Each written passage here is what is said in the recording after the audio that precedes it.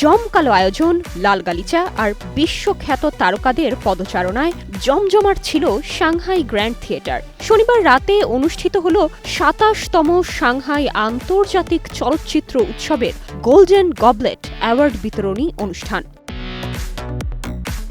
এবারের মূল প্রতিযোগিতায় ৫টি ক্যাটাগরিতে অংশ নেয় ৪৯টি চলচ্চিত্র, আর তার মধ্যে সেরার সেরা মনোনীত হয়ে শ্রেষ্ঠ চলচ্চিত্রের সম্মাননা লুফে নিয়েছে কিরগিজস্তানের ব্ল্যাক রেড ইয়েলো। ছবিটির পরিচালনায় ছিলেন আক্তান আরিম কুবাত।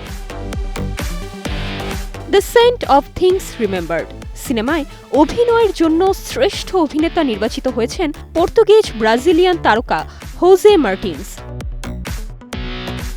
এদিকে ওয়াইল্ড নাইটস টেমড বিস্টস ছবিতে দুর্দান্ত অভিনয়ের জন্য চীনা অভিনেত্রী ওয়াং সিয়েন পেয়েছেন শ্রেষ্ঠ অভিনেত্রীর স্বীকৃতি। জুরি গ্র্যান্ড পিক্স বিভাগে পুরস্কার পেয়েছে ২টি চলচ্চিত্র, জাপানের অন সামার স্যান্ড পরিচালনায় শিনিয়া তামাদা এবং চীনের ওয়াইল্ড নাইটস টেমড বিস্টস পরিচালনায় ওয়াং টং। হাস্য রসাত্মক সিনেমা ওয়ান ওয়াকি সামারের জন্য সেরা পরিচালক নির্বাচিত হয়েছেন চীনের কাও বাওপিং।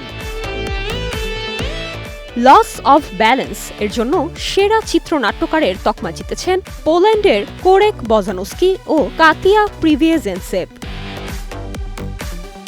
সেরা চিত্রগ্রহণ বিভাগে জার্মানি ও সুইজারল্যান্ডের যৌথ প্রযোজনার ছবি you believe in angels mister Drock এর জন্য পুরস্কার পান মার্কাস নেস্ট্রয়।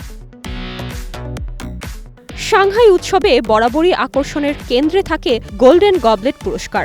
উৎসবে এবছর আগের সব রেকর্ড ভেঙে সারা বিশ্ব থেকে জমা পড়েছিল প্রায় ৪,০০০ চলচ্চিত্র। জমকালো এই আসর শুধু চীনের নয়, সমগ্র এশিয়ার বৃহত্তম চলচ্চিত্র উৎসবগুলোর মধ্যেও অন্যতম। Nirjona Nusrat, star news.